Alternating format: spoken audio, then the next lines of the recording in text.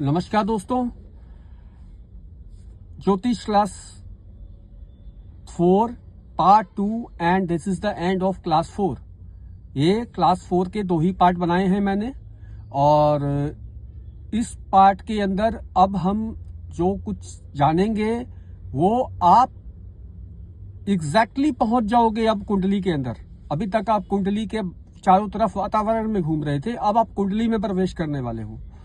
तो जब लग्न के अंदर हम प्रवेश करते हैं तो कुंडली लग्न ही तो होती है, तो हम लग्न में प्रवेश करने वाले हैं। और उसको प्रवेश करने से पहले कुछ छोटी सी जानकारी और है जो आपको जानना आवश्यक है। जैसे कि पिछली बार हमने आपको बताया था, कोई भी ग्रह की अवस्था, बाल अवस्था, युवा अवस्था, वृद्ध अवस्था क्या कहलाती है और उसका प्रभाव क्या है। तो अब इसके बाद हम जो डिस्कशन करने वाले हैं वो डिस्कशन होने वाला है कि कोई भी ग्रह अस्त या उदय किस प्रकार होता है। चंद्रमा अस्त जब होता है तो उसको अमावस्या कहा जाता है, यानी कि वो हमें दृश्यमान होता ही नहीं है। ऐसा तो है नहीं आसमान में चंद्रमा होने नहीं आता, लेकिन वो हमें नहीं दिखता। हमें उससे टकराने वाली रोशनी, सूर्य से टकराती जो रोशनी है चंद्रमा पर टकराती है, वो परावर्तित होकर पृथ्वी पर नहीं पहुंचती, या जिस भाग में नहीं पहुंचती उस भाग में उसको अमावस्या कहा जाता है।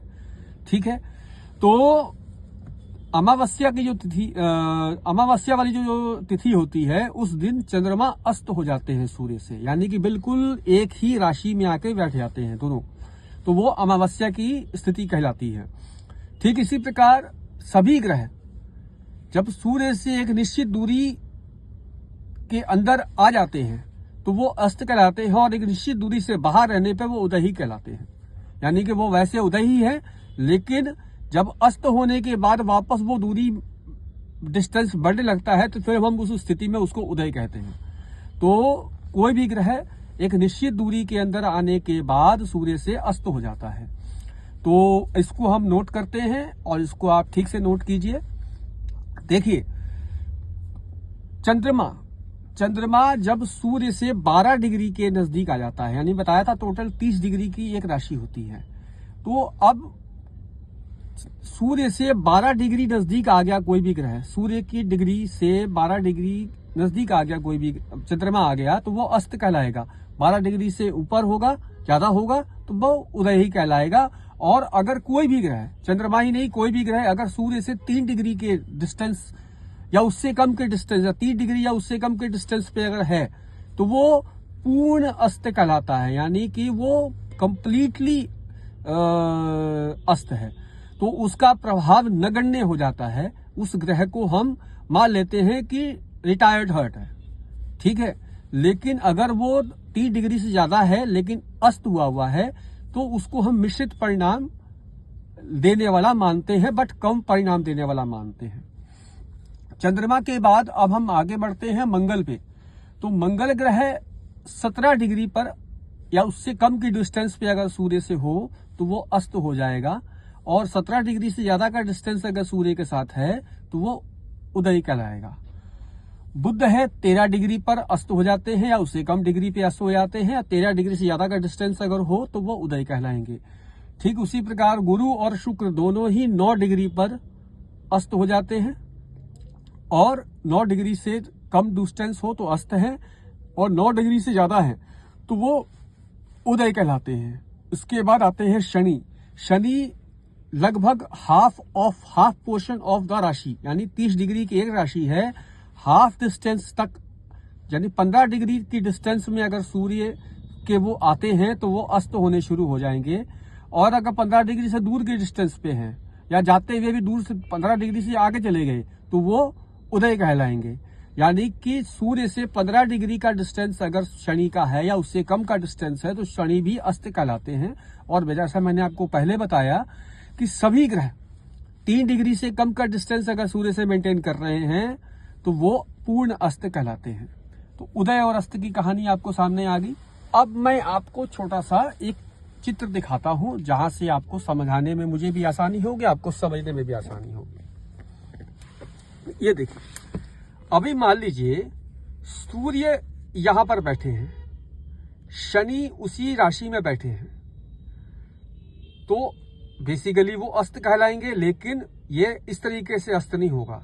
अगर मान लो कि सूर्य अभी यहां से चले यहां पहुंचने वाले हैं, ये 24 डिग्री पे बैठे हैं और शनि यहां पर 5 डिग्री पे आके बैठे हैं, तो शनि अगर 5 डिग्री पे आकर बैठे हैं और सूर्य 24 डिग्री पे हैं, तो 24 और 5, 24 में से 5 माइनस करेंगे कितना बचेगा? 19। और शनि अस्त कितने डिग्री पे होते हैं? 15 डिग्री पे। यानी कि ये शनि अभी अस्त नहीं कहलाएंगे। लेकिन सूर्य मान लो यहां बैठे हैं, एग्जाम्पल के लिए, अब इसको भूल जाइए, मैंने समझाने के लिए बनाया, इसको देखने की जरूरत नहीं। अब ये सूर्य यहां बैठे हैं, सूर्य यहां पर 5 डिग्री पर बैठे हैं। ये कोई भी राशि मान लेते हैं कि ये 1 से लेकर स्टार्ट हुई है तो 12 नंबर होगी, मान लेते हैं। तो यहां पर इस राशि में सूर्य बैठे हैं 5 डिग्री के होकर, और शनि यहां से 25 डिग्री या 20 डिग्री पर पहुंच गए, या 20 डिग्री पे इस राशि में पहुंच गए।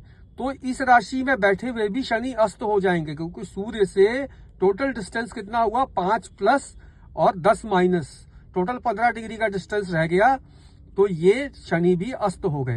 यानी शनि यहाँ पर 20 डिग्री पहुंचे हुए थे, यहाँ सूर्य 5 डिग्री पहुंचे थे, तो सूर्य से इसकी डिस्टेंस कितनी रह गई? 15 डिग्री की, 10 प्लस 5, 15 डिग्री की, तो शनि अस्त हो गए। ठीक है। तो कोई भी ग्रह किसी भी स्थिति में अगर सूर्य से एक निश्चित दूरी पर अगर वो आता है तो वो अस्त कहलाता है, और निश्चित दूरी से दूर जाने पर वो उदय हो जाता है।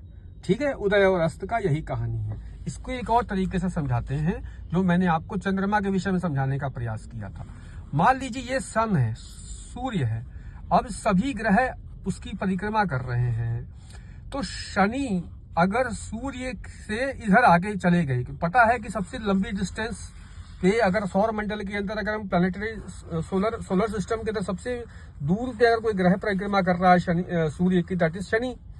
तो शनि यहां पर आ गए और पृथ्वी से सूर्य यहां दिख रहे हैं, शनि यहां दिख रहे हैं, तो शनि का प्रकाश क्या हम तक पहुंचता दिखेगा? वो विलीन होता दिखेगा, क्योंकि सूर्य सामने है उसके। जितने नजदीक आते जाएंगे उतना शनि का डिस्टेंस, शनि का जो प्रकाश है वो हम तक पहुंचेगा ही नहीं। तो क्या हुआ? शनि उस वक्त अस्त कहलाएंगे। लेकिन शनि अगर यहां है तो यहां से सूर्य की किरणें टकरा रही हैं और ये यहां पहुंच रही है, सूर्य की किरणें यहां से आ रही है हमारे पास। तो शनि भी हमें उदय दिख रहे हैं और सूर्य भी हमें दिख रहे हैं अलग अलग, तो शनि उस वक्त अस्त नहीं कहलाएंगे। ठीक है। अब इसके बाद में आपको समझाता हूं एक और कुंडली से, वो भी आप गौर से देखिए। अब मान लीजिए कि सूर्य 5 डिग्री के हैं। ठीक है जी, सूर्य 5 डिग्री के हैं, मंगल 23 डिग्री के हैं। तो मंगल अगर 23 डिग्री के हैं, सूर्य 5 डिग्री के हैं, तो मंगल और सूर्य के बीच में डिस्टेंस कितना रह गया? 18 डिग्री का डिस्टेंस रह गया। बट मंगल 17 डिग्री या उससे कम की डिग्री पे अस्त होते हैं, यानी कि इसी राशि में बैठे हुए मंगल अस्त नहीं कहलाएंगे, वो अपना पूर्ण फल देंगे। ठीक है। ठीक उसी प्रकार शनि, जैसे मैंने आपको बताया 20 डिग्री पे बैठे हैं और सूर्य 5 डिग्री पे बैठे हैं, तो शनि अभी 10 घर और इधर चलेंगे और 5 घर इधर, तो यानी 15 डिग्री के डिस्टेंस पर बैठे हैं शनि, 15 डिग्री पे अस्त हो जाते हैं, तो ये अस्त कहलाएंगे।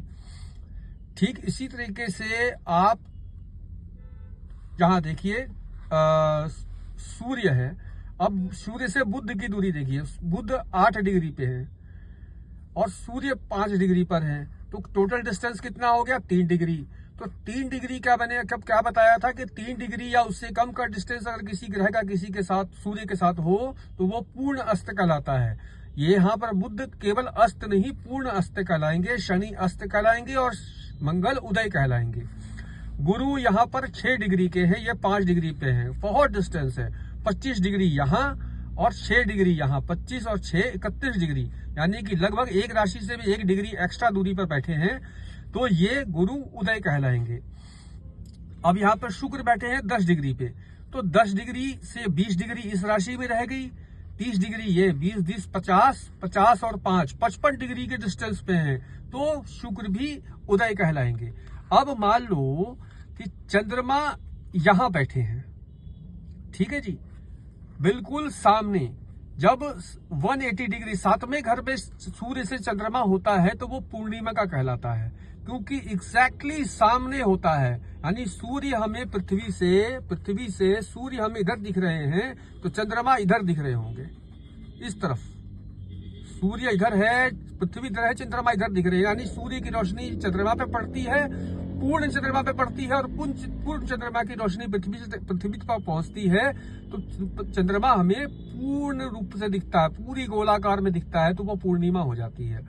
और जैसे ही चंद्रमा रोटेट करता हुआ इधर पहुंचता है, इधर आता है सूर्य की तरफ, जब ये पृथ्वी की परिक्रमा करता हुआ चंद्रमा इधर पहुंचता है, तो यहाँ पर सूर्य की किरणें जो चंद्रमा पे पड़ती है वो पृथ्वी पे नहीं पड़ती, उसके पिछले भाग में पड़ती है, तो चंद्रमा हमें दिखाई नहीं देता, तो वो अमावस्या की स्थिति हो जाती है।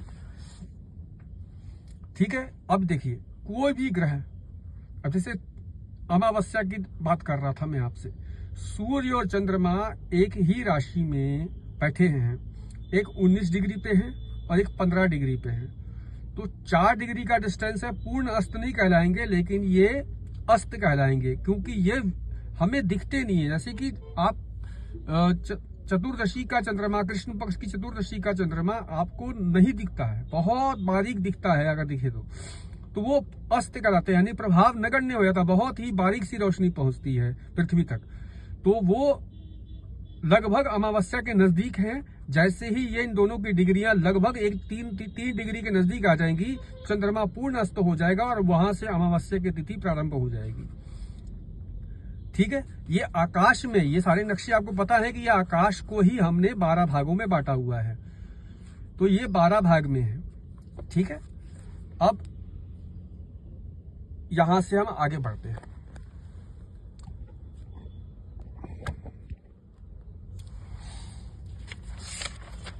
अब ग्रहों की वक्रता के बारे में बात करते हैं। तो ग्रहों की वक्रता क्या होती है? जैसे हम कहते हैं कोई ग्रह वक्र हो गया, तो मैंने आपको पीछे भी बताया भी था, कोई ग्रह वक्र हो जाता है।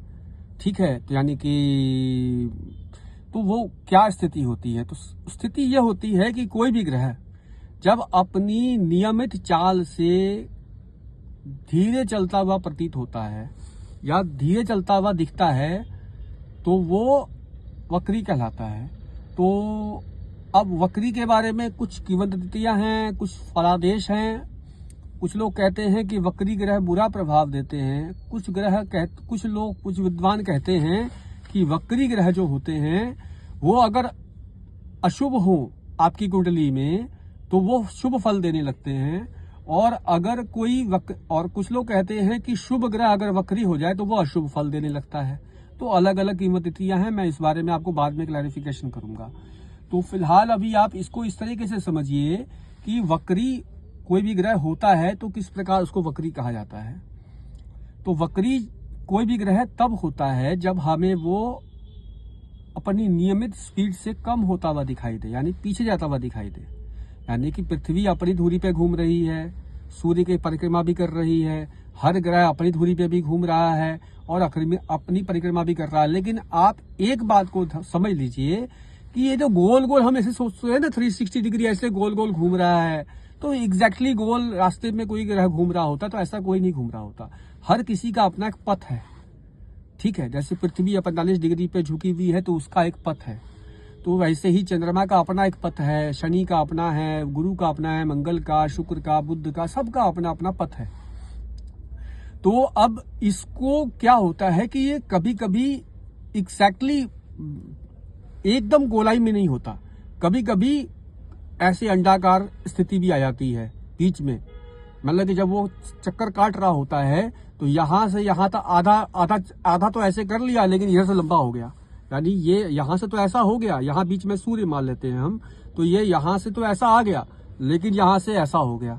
तो बट ऑब्वियसली जब इधर जाता हुआ दिखाई देगा, वो किसी भी डिस्टेंस को थोड़े से अंडाकार शेप में चला गया, तो वो जब पृथ्वी भी अपनी धुरी पे घूम रही है तो वो पीछे जाता दिखाई देगा। वो आगे चाहे वो आगे चल रहा हो, वो ऐसे चल रहा हो, इधर ही जा रहा हो, अपने पथ पे जा रहा हो, आगे ही चल रहा हो, कोई ग्रह अपनी स्थिति से पीछे कभी नहीं जाता, लेकिन प्रतीत ऐसा हो जाता है। कुछ पथ ऐसे होते हैं, कुछ पाथ ऐसे होते हैं जिस पाथ पर वो हमें पीछे जाता दिखाई देता है। सिमिलरली जैसे कि 2 ट्रेन चल रही हैं, अगर कोई ट्रेन आपसे कम स्पीड पे चल रही हो या आपसे ज्यादा स्पीड से कोई ट्रेन अगर बगल से गुजर जाए तो आपको अपनी ट्रेन रुकी भी महसूस हो देती है और वो ट्रेन चलती दिखाई देती है। ठीक इसी तरीके से जो दिखाई देता है उसकी बात की जा रही है।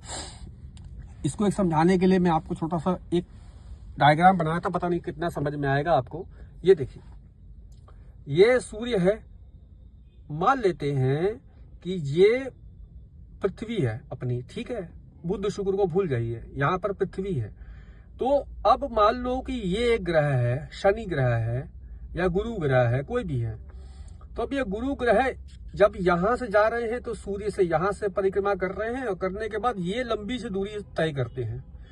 जब ये लंबी से दूरी तय करते हैं तो यहां पर क्या होता है कि ये हमें पीछे जाते दिखाई देते हैं, तो ये कहलाते हैं वक्री। लेकिन जब कोई ग्रह पृथ्वी से नजदीक से होकर गुजर रहा होता है, यहां से गुजर रहा होता है, तो ये हमें तेज गति से चलता दिखाई देता है, अतिचारी हो जाता है। तो यहाँ पर अतिचारी हो जाते हैं और इस स्थिति में आने पर वो वक्री हो जाते हैं, यानी थोड़ी सी डिस्टेंस अगर अंडाकार या इस तरह का शेप हो गया तो बट ऑब्वियसली जा तो आगे ही रहा है, लेकिन वो चूंकि थोड़ी सी लंबी डिस्टेंस से जा रहा है तो हमें पीछे जाता दिखाई देता है।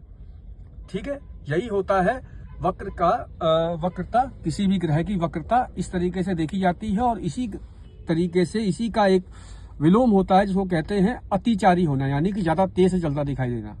कोई भी ग्रह अतिचारी भी हो जाता है कई बारी, जैसे नियमित स्पीड से जल्दी ही वो अपनी राशि परिवर्तन कर लेता है।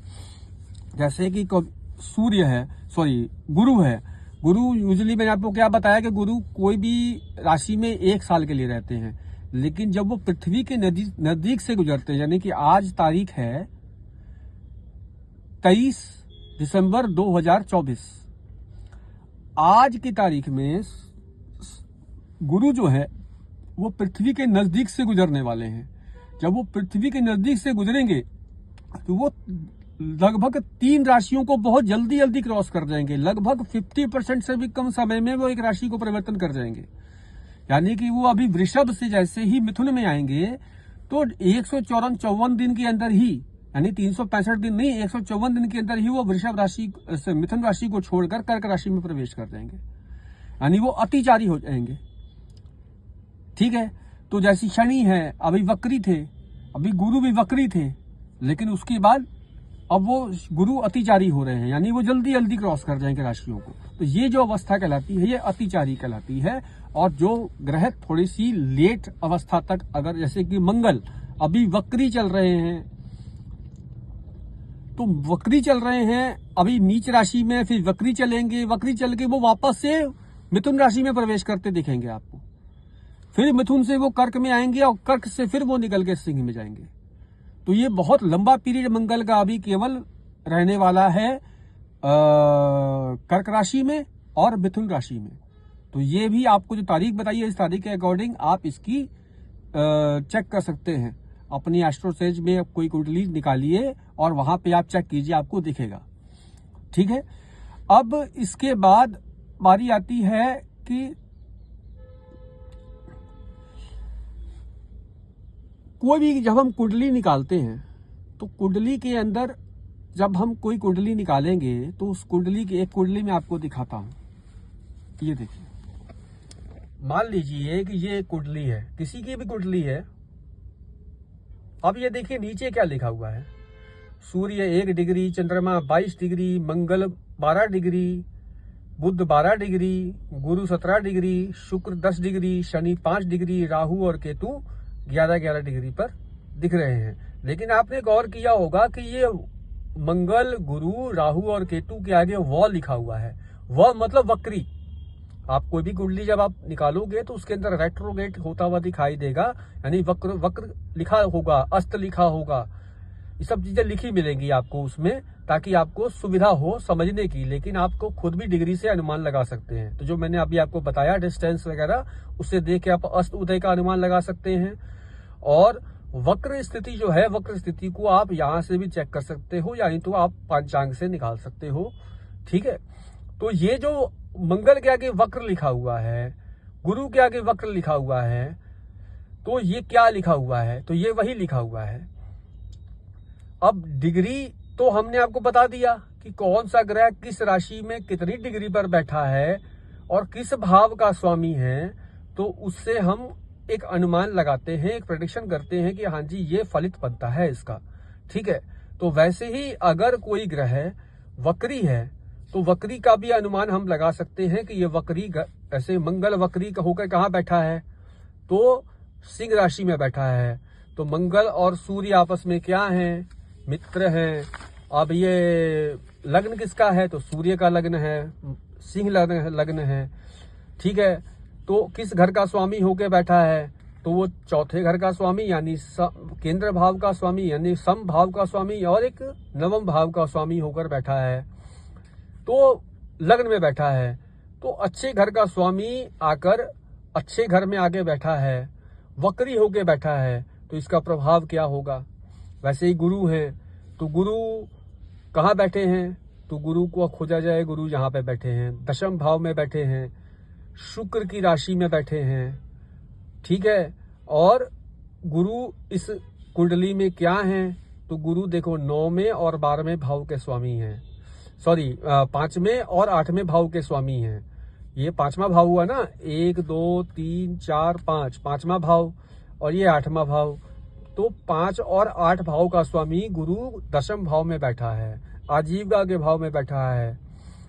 तो यहाँ गुरु जो बैठे हैं, तो सूर्य के गुरु मित्र हैं, शत्रु हैं नैसर्गिक रूप से, तो मित्र हैं, तो मित्र हैं और 5वें घर में बैठे हैं, 5वें घर के स्वामी भी हैं। तो ये अच्छे ग्रह, अच्छे घर के स्वामी अच्छे घर में बैठे हैं यानी 10वें घर में बैठे हैं, तो यहाँ पर इसका अच्छा फल मिलेगा, गुरु से इसको अच्छा फल मिलेगा। इस तरीके से देखा जाता है। ये भी अभी आपको समझाऊंगा, यहाँ पे कंफ्यूज मत होना। ये तो मैं केवल और केवल एक आउटलाइन आपके माइंड में क्रिएट कर रहा हूँ। जो बातें अभी आपको मेरी बातें कान में जा रही हैं, वो सब आपको काम आएंगी, इसलिए मैं बोल रहा हूँ। अभी यहाँ पर एक और चीज आपको क्लियर कर देता हूँ कि कोई भी ग्रह जो है वक्री होता है, लेकिन सूर्य और चंद्रमा कभी वक्री नहीं होते, वो कभी वक्री नहीं होते, वो हमेशा सही गति से चलते दिखाई देते हैं। बाकी सभी ग्रह वक्री होते हैं, हो सकते हैं, लेकिन राहु और केतु कभी भी मार्गी नहीं होते, वो हमेशा वक्री रहते हैं। क्यों? क्योंकि वो एक कंजक्शन पॉइंट है, उसकी कोई चाल नहीं है, वो एक पॉइंट है जहां पर जाकर सूर्य और चंद्रमा के जो भचक्र है यानी सर्कल है, वो जहां पर मिलता है, वो जो 2 पॉइंट होते हैं, उस पॉइंट का नाम राहु केतु है। तो वो पॉइंट हमेशा आपको वक्री यानी कि सभी ग्रह जो हैं वो आपको लेफ्ट से राइट की ओर चलते दिखाई देंगे, लेकिन राहु और केतु हमेशा राइट से लेफ्ट की तरफ जाते दिखाई देते हैं, यानी कि वो हमेशा उल्टी चाल चलते हैं। ठीक है, तो अब एक एग्जांपल के लिए, अब ये मंगल है, मंगल अब ये सिंह राशि में बैठे, तो सिंह राशि से वो किस राशि में जाएंगे, मंगल सिंह राशि से कन्या राशि में जाएंगे इसके बाद। लेकिन राहु जब राशि परिवर्तन करेगा तो ये 6 से 7 में नहीं जाएगा, वो 6 से 5 में आएगा। केतु 12 से 11 में आएगा, 12 से 1 में नहीं जाएगा, ये उल्टी चलते हैं। तो यानी कि आप राहु और केतु को ऐसा मानिए कि ना वो वक्री होते हैं ना वो मार्गी होते हैं, बट अगर हम उनकी प्लेसमेंट देखें तो वक्री से ही उनकी बात सही निकलती है, क्योंकि वो पॉइंट है, तो वो कुंडली में जो पोजीशन लेते हुए दिखते हैं, उनको प्लेसमेंट जहां मिलती है वो वक्री दिखती है, यानी वो वक्रत्व की तरफ जाते दिखते हैं। तो राहु और केतु किसी भी कुंडली में वक्री ही कहलाएंगे, और कुछ ग्रह जो वक्री होते हैं उनके आगे वो लिखा होगा। ठीक है, अतिचारी भी अगर किसी ग्रह होता है तो अति भी लिखा मिलता है आपको, अतिचारी। ठीक है, तो इसका अपना प्रभाव होता है। तो ये आपका मैंने आपको क्लियर कर दिया। अब इसके बाद आता है कुंडली के अंदर भाव समझना। यहां से अब आप कुंडली के अंदर प्रवेश कर रहे हो, यानी अब आप स्विमिंग पूल के अंदर जा रहे हो जहां पे आपने तैरना सीखना है। तो अब इसको आप एक बारी, मैं कैमरा कर रहा हूं, फोटो खींचिए इसकी। ये कुंडली है, इसकी आप फोटो खींचिए। ठीक है जी। अब यहां पर देखिए कि यहां पर मैंने आपको बताया, एक मिनट, ये देखिए अब आपने यहाँ पर देखा तो मैंने यहाँ पे क्या लिखा हुआ है, ये त्रिकोण भूल जाइए, ये केंद्र भाव है, ये केंद्र भाव है, ये केंद्र भाव है, ये केंद्र भाव है, ठीक है। लेकिन इसको हम केंद्र में नहीं त्रिकोण में ज्यादा मानते हैं। तो पहले आप इसका मतलब समझिए कि क्या होता है। केंद्र भाव किसी भी कुंडली का चौथा, सातवां और 10वां भाव होता है। त्रिक भाव जिसको कहते हैं वो कहते हैं 6, 8 और 12वां भाव होता है। और त्रिकोण भाव होता है 1, 5 और 9वां भाव। फिर मैंने लिखा है केंद्राधिपति दोष और एक लिखा है मारक भाव। ये सभी कुछ आप नोट कीजिए। पहले आप इसको लिखिए, केंद्र भाव 4, 7, 10, त्रिक भाव 6, 8, 12, त्रिकोण भाव 1, 5, 9। फिर लिखिए केंद्राधिपति दोष और फिर लिखिए मारक भाव, ठीक है। और जो कुंडली में जिस प्रकार भी चीजें लिखी हुई हैं आप इसको इस तरीके से लिख लीजिए और इसका अभ्यास कीजिए, याद हो जाएगा। बहुत छोटी सी चीज है, बहुत बड़ी चीज नहीं है। यहाँ पे अब आपको ये सब चीजें ऑलरेडी दिमाग में बैठ जानी चाहिए धीरे धीरे, ठीक है। तो यहाँ पर आप देखिए कि किसी भी कुंडली का सबसे शुभ भाव, सर्वोत्तम भाव अगर कुछ होता है तो सबसे पहले होता है केंद्र भाव, ये लग्न भाव। लग्न का जो लग्न कुंडली में सबसे प्रमुख भाव ये लग्न होता है, यानी 12 नंबर जहां लिखा, मान लो ये 12 नंबर मीन लग्न की कुंडली है। तो यहाँ पर जो ये वाला भाव है ये सबसे शुभ होता है, सबसे शुभ होता है। और शुभ जो होते हैं वो होते हैं ये घर, 5वां घर और ये 9वां घर, यानी त्रिकोण भाव। तो ये क्यों कहा जाता है सबसे शुभ, क्योंकि ये केंद्र भी है और त्रिकोण भी है, यानी कि ये सर्वोत्तम भाव है। तो ये और ये, इसको लक्ष्मी भाव भी कहते हैं। 1, 5 और 9 को लक्ष्मी भाव भी कहते हैं, यानी कि 1, 5 और 9वां भाव जो है ये लक्ष्मी सबसे शुभ फल देते हैं। ये इस राशि में, इस घर में जो भी राशि बनेगी वो आपको हमेशा शुभ फल ही देगी, किसी भी स्थिति में वो आपको शुभ फल देगी, ठीक है।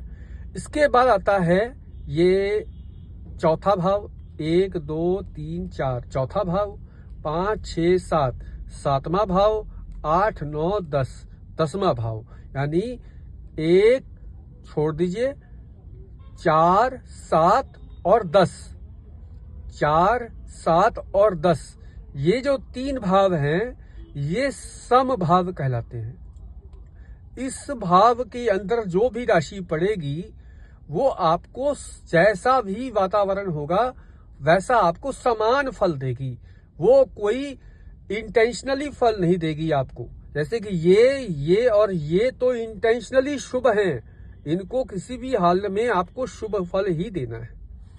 लेकिन ये केंद्र उसके फ्यूल का काम करते हैं, ये 3 घर उसके फ्यूल का काम करते हैं, आपकी कुंडली का फ्यूल है कि आप जिधर दौड़ाना है दौड़ा लो अपनी कार को, ठीक है जी। ये आपको सम फल देने के लिए आते हैं जो भी राशियां पड़ती हैं। फिर इसके बाद आता है त्रिक भाव। त्रिक भाव जो कुंडली के 3 बुरे भाव कहलाते हैं, बट बुरा और अच्छा दोनों ही होता है, बट समझाने के लिए आपको बोल रहा हूं। छठा भाव त्रिक भाव 6, 8वां भाव ये त्रिक भाव और ये 12वां भाव ये त्रिक भाव, यानी 6, 8 और 12 भाव में जो भी राशियां होंगी वो आपको बुरे प्रभाव देती हैं, यानी दुख का कारण होती हैं। ये 3, ये आपको स्कूल जाने के लिए संघर्ष करना है, कंपटीशन करना है, पढ़ाइयाँ करनी है, ठीक है। आपसे रोग हो जाए, ऋण हो जाए आपके ऊपर, शत्रु आपके बन जाएं, कंपटीशन देना पड़े, बहुत कष्ट होता है इन सब चीजों में। तो ये छठा भाव। 8वां भाव आपकी आयु का भी होता है, लेकिन यहाँ पर आपके आकस्मिक घटनाएं, आकस्मिक बाधाएं, समस्याएं, छुपे हुए शत्रु, डीप साइंस, ठीक है, ये सब कुछ यहाँ से देखा जाता है। तो ये भी आपका 8वां भाव क्या कहलाता है, दुख का कारण, समस्याएं जहां से आती हैं। फिर है 12वां भाव, ये आपके खर्च का भाव है, आपके मृत्यु का भाव है, यानी कि वो जो भी कुछ आप व्यय करते हो सब यहाँ से दिखता है। जीवन का व्यय हो, चाहे आपके जीवन के में उपार्जित किसी भी वस्तु का हो, वो सभी कुछ का व्यय यहाँ से देखा जाता है। तो यानी कि जो भी कुछ खर्च हो जाए तो वो बुरा कहलाता है। यानी कि ये 8वां, 12वां, 8वां और 6वां, ये 3 भाव ऐसे हैं जिसमें आपको बुरा भाव कहलाता है, इसलिए इसको कहते हैं त्रिक भाव। ठीक है जी। तो आपको मैंने अभी क्या बताया? आपको बताया मैंने केंद्र भाव, त्रिकोण भाव और त्रिक भाव। ठीक है। अब केंद्राधिपति दोष क्या हो गया? तो केंद्र का स्वामी अगर केंद्र में ही आकर बैठ जाए, जैसे कि तीसरा घर और छठे घर का स्वामी केंद्र में ही आकर बैठा हुआ है 10वें भाव में, तो ये केंद्राधिपति दोष लग गया। यानी कि ये इसकी सारी एनर्जी इस समता को बनाने में ही खर्च हो गई, बाहर की कुंडलियों पे ध्यान नहीं दे पाया, बाहर के कुंडलियों पे ध्यान नहीं दे पाया, केवल इन्हीं पर ध्यान देता रह गया। तो ये हो गया केंद्राधिपति दोष। केंद्र की एनर्जी केंद्र पे ही खर्च हो गई, जबकि केंद्र का स्वामी का क्या था? जैसे होता है ना कि एवरेज किसी गाड़ी की कम होने लग जाए तो क्या होता है? तो केंद्राधिपति दोष हो गया वो। यानी कि फ्यूल गाड़ी ज्यादा खा रही है, भगा कम रही है। ठीक है, गाड़ी को ही भगाने में तेल ज्यादा खर्च हो गया, जाने में खर्च नहीं हुआ, तो ये आपका केंद्राधिपति दोष हो गया। ठीक है। मारक भाव। अब मारक भाव हम कहते हैं तो मारक भाव यहाँ पर देखिए, मारक भाव हमने 2 जगह लिखा है, एक यहाँ लिखा है और एक यहाँ लिखा है। तो ये किस प्रकार मारक भाव हुए वो भी आप समझिए। देखिए, आयु का विचार हम किससे करते हैं? 8वें भाव से। तो आयु का व्यय जहां होगा, जो आपकी आयु का शरण करे, वो भाव कौन सा हुआ? तो वो ये भाव हुआ। तो ये मारक भाव भी कहलाता है। यानी कि कोई भी घर से 12वां घर उसका व्यय का भाव हुआ, यानी कि वो उसका मारक भाव हो गया। यानी कि अगर इसको हम पहला घर मान ले तो 1, 2, 3, 4, 5, 6, 7, 8, 9, 10, 11, 12, ये 12वां घर हो गया, इसका 12वां घर ये हो गया। तो ये मारक भाव होगा क्योंकि आयु का से 12वां हो गया। ठीक है। अब ये घर कैसे मारक हो गया? तो ये घर इससे मारक हो गया। कैसे मारक हो गया? यहां देखिए, 1, 2, 3, 4, 5, 6, 7, 8। अब जिस घर आयु के भाव को 8वें घर से हम देखते हैं, तो 8वें घर के प्रभाव को कहां से देखेंगे? उसके 8वें घर से देखेंगे। तो 8वें घर से 8वें घर का प्रभाव देखना है तो 8वां भाव ये हुआ, तो यहां से 8वां घर 1, 2, 3, 4, 5, 6, 7, 8। तो इस घर के भी विषय में अगर हमने डीप जानकारी चाहिए तो इससे 8वां घर, देखिए भावात भावम होता है, जिस नंबर के भाव की हम अगर डीपली जानकारी चाहते हैं तो उतने ही आगे, उसी भाव से उतने ही आगे दूरी पर अगर हम देखेंगे तो इसका विशेष हमें समझ में आ जाएगा। तो यहाँ पर क्या है कि इस व्यक्ति के 8वें घर को अगर हम डीपली देखना चाहें तो वो यहाँ पे आ गया। इस आयु का विचार भी कहाँ से हो रहा है? इसकी आयु का विचार कहाँ से हो रहा है? यहाँ से हो रहा है। तो इसका 12वां भाव क्या हो गया? तो इसका 12वां भाव ये हो गया ना, कैसे? 1, 2, 3, 4, 5, 6, 7, 8, 9, 10, 11, 12। तो आयु का घर से 12वां घर ये हो गया, और आयु के घर से जो आयु का विचार हम कर रहे हैं कि इसको भी 8वां, इसकी आयु का विचार कहां से हो रहा है, इस घर को एनर्जी कहां से मिल रही है? तो वो मिल रही है यहां से। तो इसका 12वां भाव भी मारक हो गया। तो ये मारक भाव, यानी कि ये भाव और ये भाव, दूसरा भाव और 7वां भाव मारक भाव कहलाता है। ठीक है। तो ये भावात भावम का सिद्धांत है। अब हम आगे बढ़ते हैं कि हम भावात भावम से आगे कैसे देखें। पहले घर से पहला भाव क्या हुआ, तो यही हुआ। पहले घर से पहला भाव तो यही हो गया।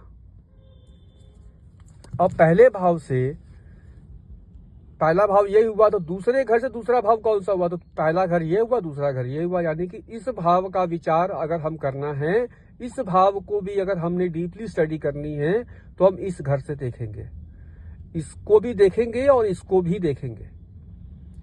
फिर इसके बाद ये तीसरा घर हो गया, 1 2 3 तीसरा घर हो गया। तो तीसरे घर से तीसरे घर का विचार, तो 1 2 3, ये देखो एरो आया, 1 2 3, यानी कि तीसरे घर का विचार हम 5वें भाव से करेंगे। तीसरे घर से हम क्या देखते हैं, भाई बहन, पराक्रम। तो ये घर का विचार हम कहां से करेंगे, यहां से, 5वें घर से। अब चौथे घर का विचार, चौथे को चौथे से करें तो 1 2 3 4। अब चौथे घर का विचार, चौथा घर क्या है, सुख का, माता का, भूमि, भवन, वाहन, सब कुछ का। तो इसका भी डीपली स्टडी करनी हो तो कहां से करेंगे, यहां से, चौथे का चौथा। 5वें का 5वां, 1 2 3 4 5। 5वें का 9वें घर से विचार करेंगे, ठीक है। छठे का 1 2 3 4 5 6, ये देखो एरो आ रही है नहीं, ऐसे ऐसे करके। तो एकादश भाव से, सॉरी, छठे भाव का विचार हम एकादश भाव से करेंगे।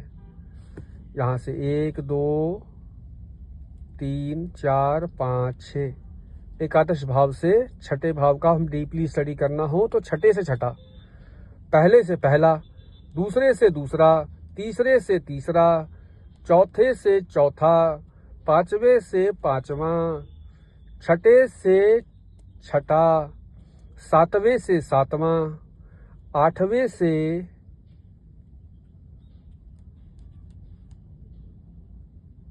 8वां, ये देखो ये 8वां है, ये सीधी एरो गई, ये सीधी एरो गई। 8वें से 8वां, 9वें से 9वां। अब ये 9वें से 9वां कैसे हुआ, तो यहां से एक तो ये घर गया था 5वें से 5वां, और 9वें से 9वां यहीं चले जाएगा। ये देखो कैसे, 1 2 3 4 5 6 7 8 9, 9वें से 9वां। 10वें से 10वां, तो 10वें से 10वां घर कैसे होगा, तो 10वें से 10वां घर होगा, ये देखो कैसे होगा, देखो 1 2 3 4 5 6 7 8 9 10, यानी कि ये एरो 10वें से 10वां भाव यहां से देखेंगे। यानी कि हम अगर अपनी आजीविका का विचार करेंगे तो इस घर से भी विचार कर सकते हैं। साथ में एकादश से एकादश करते हैं तो एकादश से एकादश का विचार यहाँ से हो रहा है। कैसे हो रहा है, 1 2 3 4 5 6 7 8 9 10 11, ये देखो। तो इच्छा पूर्ति का भाव है, लाभ का भाव है, तो उसका हम कहाँ से विचार करेंगे, भाग्य से भी करेंगे। यहाँ भाग्य का भाव है तो भाग्य से करेंगे। फिर द्वादश का विचार द्वादश से कैसे करेंगे, तो ये द्वादश का द्वादश तो यही हो गया। कैसे हो गया, 1 2 3 4 5 6 7 8 9 10 11 12, यानी कि खर्च का भी हम कहाँ से करेंगे विचार, तो लाभ से करेंगे। भैया कुछ कमाई होगी तो ही तो खर्च करेंगे, तो यहाँ लाभ का। इच्छा पूर्ति होगी तभी तो, कुछ इच्छा पूर्ति होगी तो ही तो हम कहेंगे कि हाँ जी कुछ इच्छा पूर्ति नहीं हुई, तो ये 12वें से 12वां हो गया। अब इसके बाद उम्मीद करता हूं कि ये आपने समझ लिया होगा, नहीं तो मैं आगे फिर से आपको बताऊंगा, आपको धीरे धीरे समझ में आ जाएगा। अब हम बात करते हैं लग्न के अंदर, मेष लग्न की कुंडली है ये। मेष लग्न की कुंडली के अंदर अगर हम बात करें तो मेष लग्न की कुंडली के अंदर ये और ये, इन दोनों घरों का स्वामी कौन होता है, 8वें घर का और पहले घर का स्वामी। तो पहले और 8वें घर का स्वामी मेष और वृश्चिक राशि जो है उसका स्वामी मंगल होता है। तो आपको एक बात मैं बता देता हूं कि लग्नेश को अष्टमेश होने का कभी भी फल नहीं होता, यानी कि 8वें भाव मान्य नहीं रहता। अगर लग्नेश यानी लग्न का स्वामी और 8वें घर का स्वामी एक ही स्वामी हो तो उसको 8वें का दोष नहीं लगता, 8वें घर के स्वामी होने का दोष नहीं लगता। ये अकाट्य सिद्धांत है ज्योतिष का। कैसे है क्या है वो आप समझ जाओगे धीरे। तो अब हम बात कर रहे हैं कि मंगल सबसे शुभ घर का स्वामी है और एक बुरे घर का स्वामी है। तो एक फॉर्मूला और आप याद रख लीजिए कि हमेशा अच्छे घरों का जो स्वामी होगा उसी का प्रभुत्व होगा, क्योंकि कहते हैं कि हमेशा अच्छाई की बुराई पर विजय प्राप्त होती है, विजय होती है। तो हमेशा अच्छे घर के स्वामी को ही देखना चाहिए। तो मंगल इस कुंडली के अंदर शुभ ग्रह के अंदर आ गया। दूसरे नंबर पे आते हैं शुक्र। अब शुक्र ग्रह है तो शुक्र ग्रह दूसरे घर का स्वामी है और 7वें घर का स्वामी है। तो देखिए कि अब मैंने आपको बताया कि दूसरा घर तो मारक होता है, लेकिन इसको ना हम त्रिक कहते हैं, ना त्रिकोण कहते हैं, ना केंद्र कहते हैं। तो ये क्या कहता है? ये कहता है भैया मेरी दूसरी राशि को देखो। तो दूसरी राशि कहाँ बैठी है? ये बैठी है सम राशि, केंद्र में सम ग्रह है। तो सम ग्रह है तो ये कहती दूसरी राशि को देखो, दूसरी सम है। तो क्या हुआ? जो आपका शुक्र है वो आपका सम ग्रह हो गया, यानी कि वो समान रूप से फल देने वाला होगा। जैसा स्थिति होगा वैसा फल दे देगा वो, ठीक है। यानी कि वो बुरा भी नहीं कहलाएगा और अच्छा भी नहीं कहलाएगा। तीसरा घर हो गया बुध का। तीसरा घर बुध और इसकी दूसरी राशि कहाँ है? ये कहती दूसरे घर को देखो, क्योंकि ये भी वो घर है ना त्रिक में ना त्रिकोण में। ये मारक में जरूर थी, लेकिन कहती दूसरे घर को देख लो एक बारी, ये सम राशि है तो ये सम हो गया। लेकिन ये तीसरे घर का स्वामी ना तो त्रिक में है, ना त्रिकोण में, ना केंद्र में है। तो ये कहती मेरी दूसरी राशि को देखो। तो दूसरी राशि कौन सी होगी? तो ये छठे घर का स्वामी। छठा घर कौन सा होता है? त्रिक भाव, यानी दुख का भाव। तो इस घर से विचार हम करेंगे तो ये क्या कहेंगे? भैया ये अशुभ फल देगा।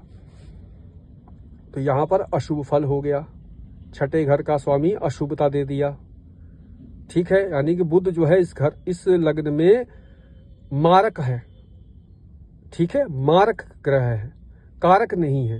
कारक और मारक ये दो ग्रामर आपके दिमाग में बैठा रहा हूं। कारक वो होते हैं जो आपकी कुंडली में आपके लिए अच्छा कार्य करते हैं, और मारक वो होते हैं जो आपकी कुंडली में आपके लिए बुरा कार्य करते हैं। यानी कि आपकी कुंडली को, आपके जन्म को, आपकी जो जन्म कुंडली है उसमें विलन का रोल अदा करते हैं। अब बिना विलन के कोई हीरो कैसे हिट हो सकता है? तो किसी को पर्सनली नहीं देखना है, केवल प्लेसमेंट को देखना है। तो बुध जो है ये आपके लिए अशुभ ग्रह के अंदर आ गया। चंद्रमा केंद्र का स्वामी है, एक ही घर होता है तो ये सम ग्रह हो गया। इसके बाद आगे सूर्य, 5वें घर के स्वामी। तो 5वां घर आपको बताया था कि पहला, 5वां और 9वां ये सबसे शुभ घर त्रिकोण कहलाते हैं। पहला, 5वां और 9वां सबसे शुभ घर होते हैं। तो 5वें घर का स्वामी सूर्य क्या हुआ? इसमें कारक हो गया, तो 5वां घर शुभ हो गया। उसके बाद आते हैं छठे घर पे, बता दिया हमने, शुक्र हमने डिस्कस कर लिया, सम है। फिर 8वां भी हमने डिस्कस कर लिया कि मंगल केंद्र का स्वामी है और लग्न का स्वामी है तो उसको दोष नहीं लगता। फिर आते हैं गुरु पे। गुरु एक 9वें घर के स्वामी है और एक 12वें घर के स्वामी है। तो 9वां घर क्या हुआ? शुभ। क्योंकि ये शुभ है तो हमेशा अच्छाई की बुराई पर विजय प्राप्त होती है। ये बुरे घर के स्वामी है, ये अच्छे घर के स्वामी है। तो अच्छाई की बुराई पे अगर विजय प्राप्त हुई तो 9वें घर का स्वामी अगर गुरु है तो गुरु भी यहां पर शुभ फल देंगे, ठीक है। तो गुरु यहां पर शुभ फल देने वाले हो जाएंगे, क्योंकि ये 3 सबसे शुभ घर हैं। इन घर के स्वामी अगर किसी अशुभ वाले घर के स्वामी भी हो जाए तो भी वो शुभता ही देंगे, क्योंकि इन घर के स्वामी है। ये लक्ष्मी का घर भी कहा जाता है ये तीनों घर, ठीक है। इसके बाद आते हैं शनि पर। 10 और 11 ये दोनों राशियां इसकी हैं। 10 राशि क्या है? केंद्र है, सम राशि है। और एकादश राशि ना त्रिक में, ना त्रिकोण में, ना केंद्र में। तो ये क्या कहती है, भैया मेरी दूसरी राशि को देखो। दूसरी राशि क्या है, केंद्र भाव में है, यानी सम भाव में है, तो शनि भी सम कहलाएंगे। यानी कि मेष लग्न की कुंडली में शनि सम कहलाएंगे, शुक्र सम कहलाएंगे, चंद्रमा सम कहलाएंगे। अशुभ ग्रह में कौन से हो गए, अशुभ ग्रह में हो गए आपके बुध, आपके सबसे अशुभ यानी कि सबसे मारक, ये सब अकारक हो गए, ये मारक हो गए, बुध मारक हो गए, बाकी अकारक हो गए। यानी शुक्र, चंद्रमा और शनि अकारक ग्रह हैं, कोई खास रोल अदा नहीं करेंगे, हाँ जैसा सिस्टम होगा वैसा चला देंगे, ठीक है। जो सबसे शुभ फल देंगे वो कौन सा देंगे, वो मंगल देंगे, क्योंकि खुद लग्न के स्वामी हैं। सूर्य पंचम घर के स्वामी हैं और गुरु भाग्य और नवम भाव के स्वामी हैं।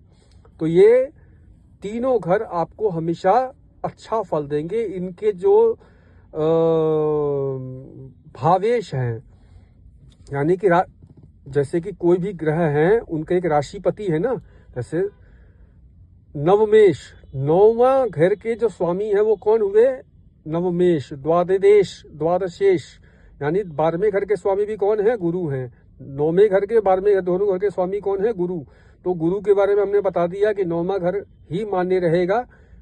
तो इसके अंदर क्या हुआ कि गुरु ग्रह जो है इस कुंडली में कारक ग्रह की संज्ञा ले रहे हैं और ये हमेशा शुभता प्रदान करेंगे, ठीक है।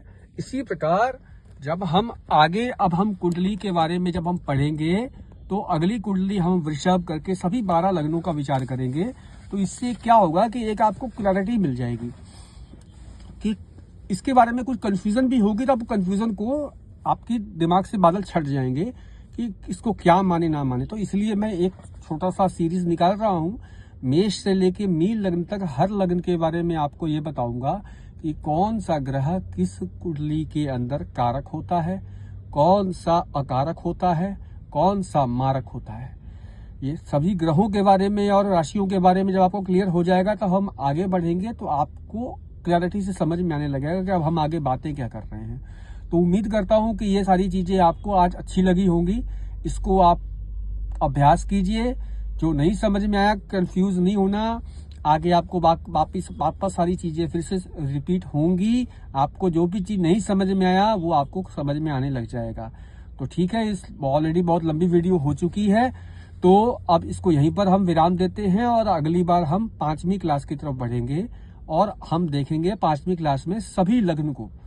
अब हम वृषभ से लेकर मीन लग्न तक सभी लग्नों को और उसके कारक, अकारक, शुभ, अशुभ, मारक सब देखेंगे कि ये कौन सी कुंडली के अंदर, कौन से लग्न के अंदर कौन सा ग्रह हमारे लिए क्या रोल अदा कर रहा है। ठीक है, तब तक के लिए जय श्री राम।